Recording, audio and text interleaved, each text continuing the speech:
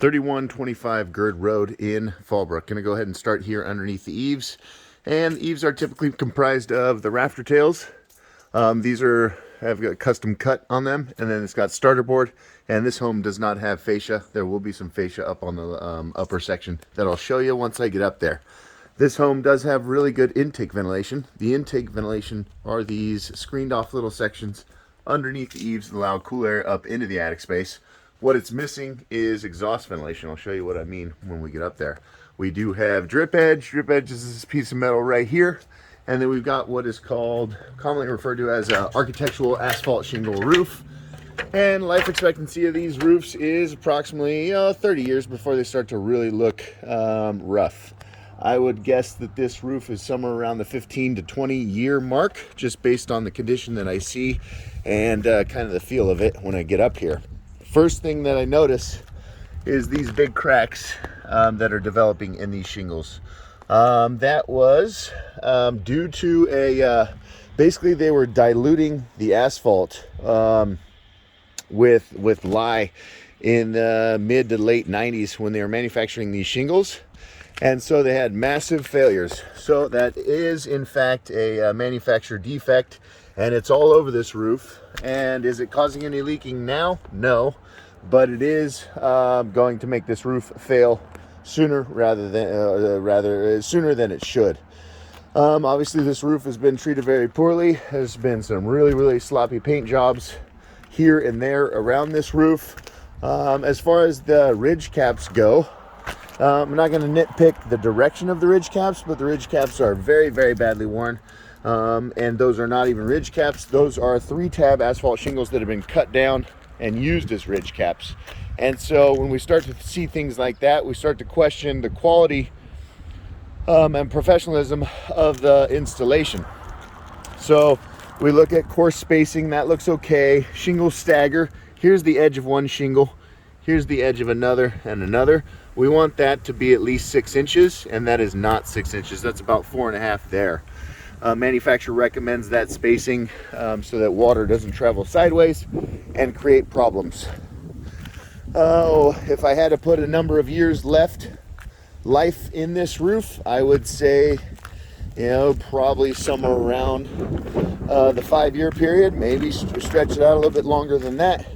But because of that manufacturer defect that is happening and the fact that it has been treated very poorly, I would anticipate some issues probably in the next five years or so.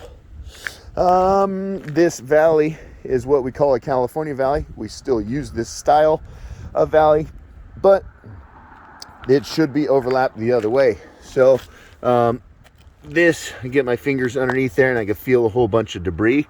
Basically, you want the larger roof plane that's going to have more water to overlap the smaller roof plane that's going to have less water. So both sides of this valley are overlapped the wrong way. Is that causing a problem? No, not necessarily. Again, just starting to nitpick the workmanship of this install.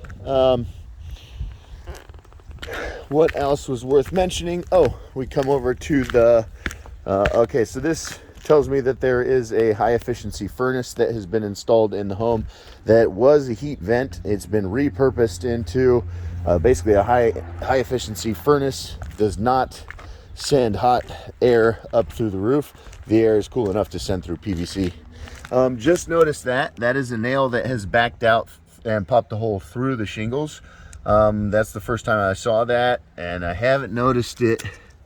Oh, there's another one there popping through. So that's a waterproofing concern. There is water getting in around that nail, just not enough to actually show on the ceiling. What else do I want to see?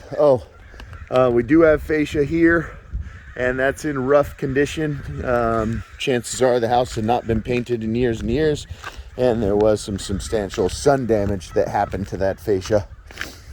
Solar tube, it's old, but it does look properly installed. That no indication that is leaking or it was installed poorly. Yeah, they probably shouldn't have put these fasteners here. That was a mistake, but this is typical for them to be down there, and it's a maintenance issue. You put a new dab of of caulking on them every 5 to 10 years or so.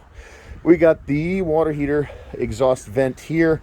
It was never sealed. We could see that the flashing was never sealed to the actual vent itself. And then we got that little piece of trim that's coming off. Very strange to put a heat vent like that underneath an eave. I could almost see that as a safety concern, but yeah, I can't quote the building code off the top of my head. I'm not sure what the space requirement is, but obviously it hasn't caused a problem up to this point. And there's not a ton of water that that runs on that because it's over the overhang.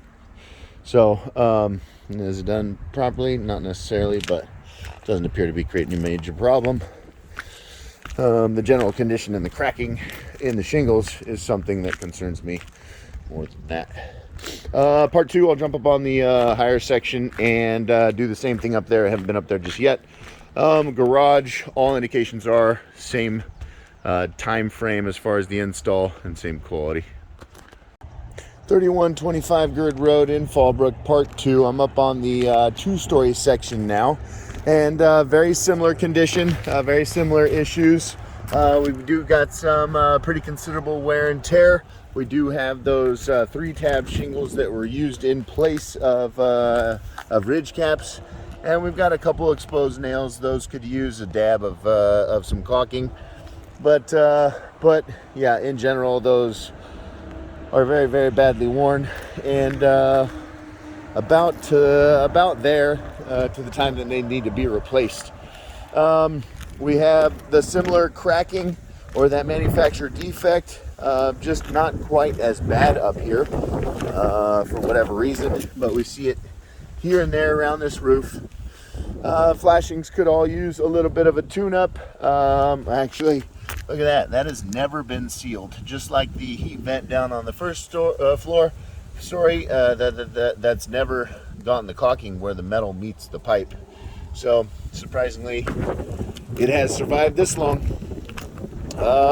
It looks very hard to tell if the chimney is properly flashed. Basically, we want to see what's called step flashing along the side, and it's impossible to get in there once these rock pavers have been installed around the chimney. But the back side of the chimney looks good. That saddle metal looks like it's done properly, so I'm going to assume that the sides are done well also. Always difficult to deal with these rocks on a re-roof or when it's time to replace this roof. There's an exposed nail there. But yeah, everything was as expected up here. Nothing too crazy or sticking out at me. And now I get a good view of the garage, and sure enough, that's the same thing over there.